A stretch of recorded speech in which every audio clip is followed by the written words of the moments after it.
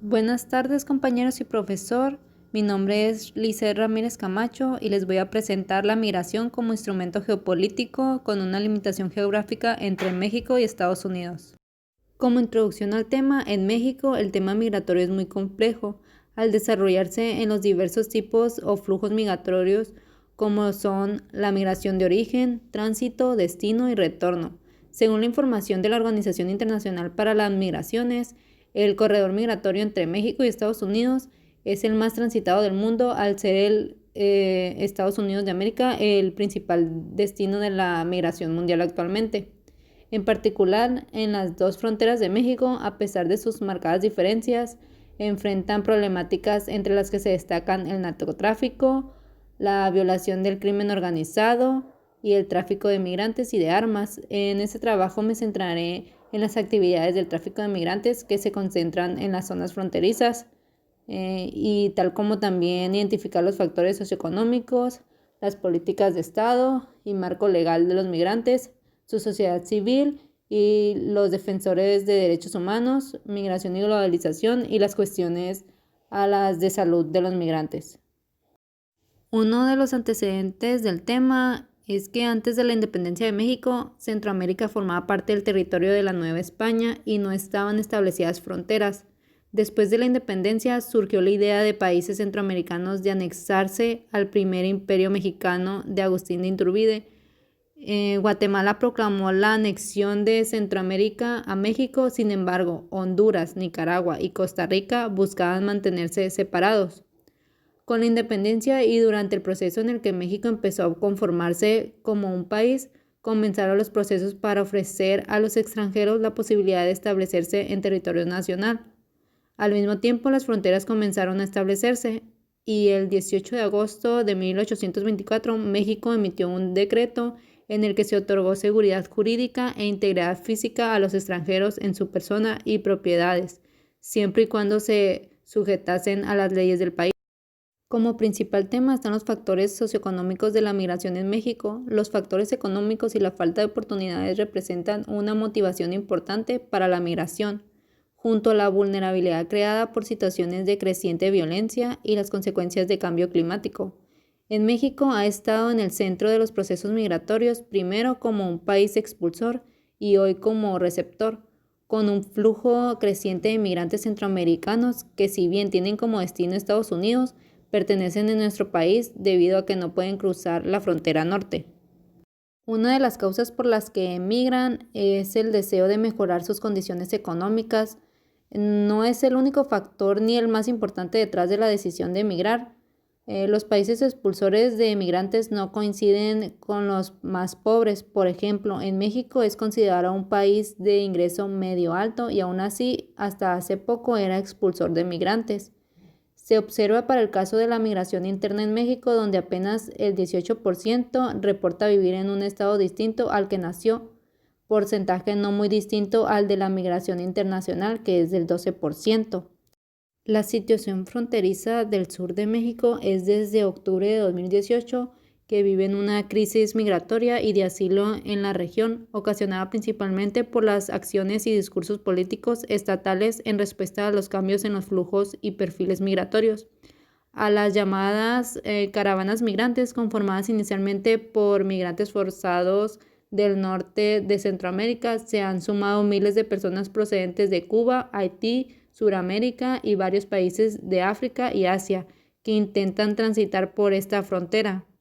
En junio de este año, con la firma del acuerdo entre los gobiernos de Estados Unidos y México, los operativos migratorios se fortalecieron con el apoyo y mando de más de 15,000 elementos de la Guardia Nacional desplegados en cuestión de semanas en los estados del sur, recrudeciendo, por ejemplo, el hacinamiento en los centros de detención de migrantes y el aumento en los números de deportaciones.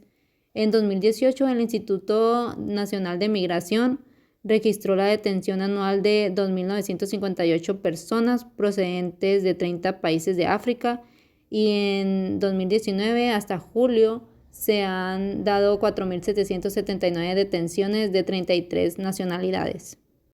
El Instituto Nacional de Migración les ha dado dos posibilidades. La primera es la regulación bajo el argumento de apatridia, Pese a que todas cuentan con documentos oficiales de sus países, también a que varias personas han intentado realizar ese trámite, en muchos casos se le ha negado por supuestos errores en la escritura de los nombres.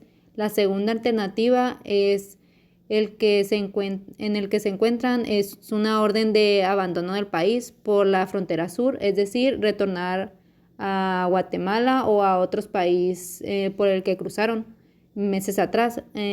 También señala que ninguno de los países más próximos por la frontera sur cuenta con las condiciones políticas de seguridad y bienestar que necesitan y que tienen derecho a solicitar. La situación fronteriza en el norte de México, específicamente en la frontera Tijuana-San Diego, es la más cruzada de todo el mundo occidental. Esta habla de la dimensión de las interacciones que cotidianamente tienen estas sociedades. El año pasado comenzaron a llegar tantos migrantes haitianos con la esperanza de cruzar hacia Estados Unidos que las iglesias, los salones comunitarios, los programas de clases extracurriculares, los centros de rehabilitación y ciudadanos particularmente han abierto sus puertas para darles techo, comida y ropa. Han alojado a tantos migrantes que llegaron a un cierto límite al que ya no tenían la capacidad para tantos migrantes y muchos de ellos están por las calles, parques, plazas, ambulando.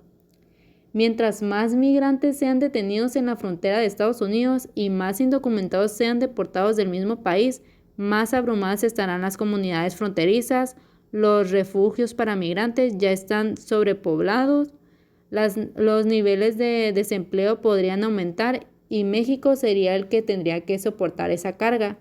Sin embargo, las fronteras siguen teniendo muchos huecos. La Organización Internacional para los Migrantes calcula que entre 400,000 y 500,000 migrantes indocumentados transitan a través de México cada año y que el 90% de ellos son centroamericanos.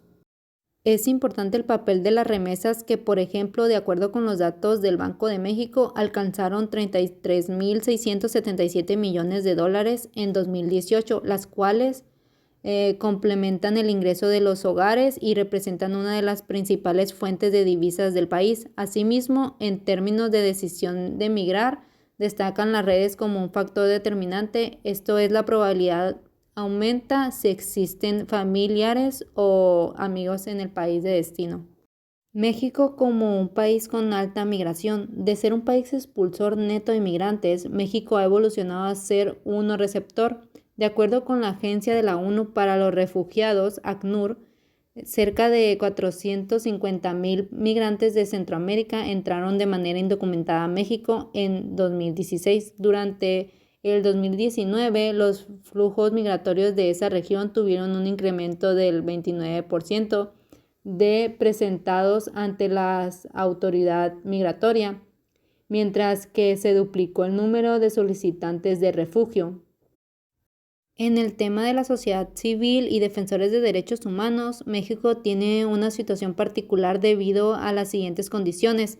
Es el segundo país de origen después de India con mayor número de migrantes internacionales en el mundo, de acuerdo con el OIM en 2018. Por otro lado, es un país de tránsito y destino temporal o permanente, en muchas ocasiones forzado, para miles de personas provenientes principalmente de Centroamérica, algunos países del Caribe como Cuba y Haití, Sudamérica, así como el occidente de África y continente asiático.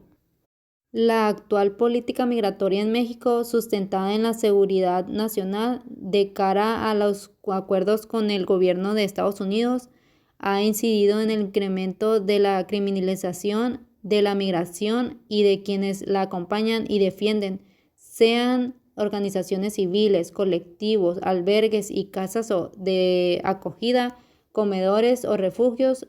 Las y los defensores de derechos humanos de personas migrantes reportan una amplia diversidad de abusos perpetrados contra sus organizaciones por parte de actores tanto gubernamentales como no gubernamentales. La migración y globalización. La globalización ha presentado desafíos a la soberanía de los estados nacionales. El tamaño de los nuevos flujos migratorios, junto con las tecnologías modernas de transporte y comunicaciones, han aumentado la viabilidad de las comunidades transnacionales. La migración afecta las políticas nacionales y por consiguiente las políticas de seguridad nacional y las relaciones bilaterales y regionales, de modo que ha adquirido una importancia política cada vez mayor. Otro efecto de la era moderna de la migración en masa es el aumento de la diversidad étnica de los países receptores. En muchos casos, los nuevos flujos o su envergadura implican que los idiomas, las costumbres, la fisionomía y la religión de los inmigrantes resalten en los países receptor. La inmigración cambia la política interna del país de muchas maneras, por motivos culturales, religiosos o lingüísticos, aunque da la impresión de que estos efectos se concentran principalmente en la economía. Es indiscutible que el capital es más movible que la mano de obra. Sin embargo, la economía mundial sufriría sin los flujos migratorios. Al mismo tiempo, los trabajadores de los países más desarrollados piensan que los inmigrantes les quitan su trabajo. Otra causa de malestar es una peculiaridad de la inmigración, mientras que los costos siempre son locales y por lo tanto fáciles de identificar, los beneficios tienden a ser difusos y difíciles de demostrar. Las políticas de Estado y marco legal en materia migratoria. En este marco, México se ha convertido en los hechos de un tercer país seguro, supuestamente, estrechamente vinculado con la política de externalización de controles migratorios y disuasión de las solicitudes de asilo dictada por el gobierno de Estados Unidos. La transferencia de obligaciones de protección internacional a México se ha efectuado mediante una amalgama de acuerdos binacionales de carácter tanto formal como informal. Por una parte, el programa Quédate en México, incluido en los llamados protocolos de protección al migrante implementados en 2019, constituye una forma de garantizar la evolución de miles de solicitantes de asilo a México. Estos controles y flujos migratorios se han visto reforzados por una reciente normativa de la administración del presidente Donald Trump que obliga a la mayoría de las personas migrantes a solicitar asilo en un tercer país y a demostrar que ésta ha sido denegada antes de hacerlo en Estados Unidos. Miles de estas personas migrantes quedaron varadas en ciudades como Tijuana y Mexicali tras el brusco giro en la política de acogida de Estados Unidos bajo la administración de Barack Obama, cuando se cancelaron las visas humanitarias concedidas a quienes provenían de Haití tras el terremoto que azotó a ese país en 2010. El protocolo de protección a migrantes es solo una más de una serie de medidas y acuerdos binacionales destinados a externalizar los controles migratorios y hacer de México en los hechos un tercer país seguro, al trasladar asimismo la contención de la migración hacia su frontera sur. En este sentido, destacan el Plan Frontera Sur de México 2001-2003 y el tercer pilar de la Iniciativa Mérida 2007. Mediante su aceptación del Protocolo de Protección a Migrantes, el nuevo gobierno de México ha decidido prolongar una duradera política de contención de la migración, recrudecida tras el acuerdo alcanzado con el gobierno de Estados Unidos para evitar la imposición de aranceles.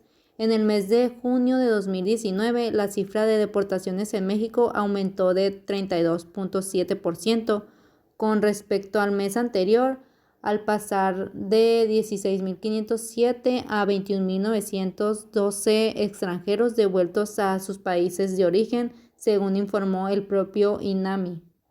El Fondo de Atención al Migrante fue suprimido en el presupuesto federal de la administración entrante para 2019, cuando el presidente Andrés Manuel López Obrador declaró que será el gobierno el que pondrá sus propios albergues para eliminar a los intermediarios de la sociedad civil, a quien acusó de quedarse con el recurso público y no dárselo a los migrantes y de mantenerse a costa del presupuesto gubernamental.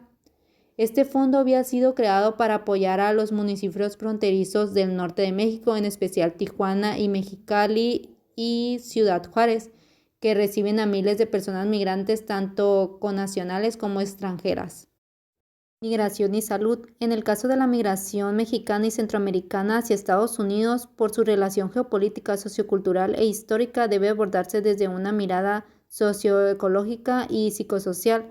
Se debe considerar el contexto jurídico, social, de salud, acceso y disponibilidad a servicios sanitarios, bajo la transversalidad histórico, socio y política determinante en el cambio del perfil del flujo migratorio. En este apartado señala una gran contradicción. En México existe un marco jurídico sustentado tanto en el derecho internacional como en el derecho mexicano, con base en la Constitución, en la Ley de Migración y en la Ley General de Salud, artículo 1 y 4, donde el derecho a la salud está garantizado para cualquier persona que habite el territorio mexicano, incluyendo los migrantes. El artículo 7 de la Declaración Universal de Derechos Humanos de la ONU declara que todas las personas son iguales ante la ley y tienen sin distinción derecho a igual protección. Bajo este concepto, México se ha comprometido a cumplir con los mandatos de la ONU, aplicables a toda persona sin distinción de origen nacional o social, posición económica, nacimiento, condición política, jurídica o internacional del país o territorio. Esto dice la ONU en 1948 en el artículo 2. Las consecuencias a la migración por causa del COVID-19. Ante esta crisis, las personas en movilidad y con necesidad de protección están de nueva cuenta entre el grupo de población más desprotegida. La situación de precariedad laboral, falta de seguro médico, condición de irregularidad o incertidumbre de su estatus migratorio, así como los bajos ingresos, hacinamientos en centros de detención, el cierre de fronteras internacionales y los discursos racistas y xenófobos han complicado sobremanera la atención en la salud a que tienen derecho este grupo. Esta situación se presenta en la frontera norte, donde además de la falta de empleo se han sumado contagios entre esta comunidad. Sin embargo, pese a este escenario adverso a la migración, nada la ha detenido. No hay protocolos para la atención de los migrantes en México y en Estados Unidos, por lo que pronto habrá un colapso, advierte María Inés Barrientos, investigadora del COLEF. El gobierno de Donald Trump ha enviado a 65,000 migrantes solicitantes de asilo a territorio mexicano desde que entró en vigor el programa Protocolo de Protección a Migrantes en enero de 2019, el cual establece que quienes llegaron a Estados Unidos a través de México de manera ilegal pueden ser retornados a México durante el tiempo que duren sus juicios migratorios. Como conclusión de la migración de México a Estados Unidos, que ha existido por décadas y que se ha vuelto más complejo con el paso del tiempo, ciertamente amerita un estudio detallado sobre la forma en que se ha estudiado a través de la historia. La política fronteriza de México, que en la actualidad forma parte de los esfuerzos del gobierno por obtener lo que desea en las negociaciones con Estados Unidos, debería, por el contrario, centrarse en prevenir los resentimientos locales, el delito y la violación que acechan a lo largo de la frontera sur. La geopolítica de la migración no debe aplazar o diluir los intentos por disminuir los peligros que enfrentan los refugiados y los migrantes. Un tema complicado para las políticas de Estado se vinculan a las realidades sociales, específicamente de cada frontera. México es un país muy centralizado y muchas de las decisiones sobre lo que ocurre en las regiones fronterizas son federales, aunque las cuestiones practicadas necesariamente tienen que ser resueltas en las jurisdicciones locales. Estas regiones mantienen una disputa con las zonas centrales porque tienden a reclamar por un conjunto de necesidades propias que se corresponden con sus diferencias como territorio. A menudo existe una discusión en la cual la parte central argumenta que la frontera tiene privilegios o diferencias respecto a los imaginarios nacionales y que en ocasiones estas diferencias impiden a construir un sentido de país más homogéneo con políticas iguales. Por mi parte sería todo. Gracias.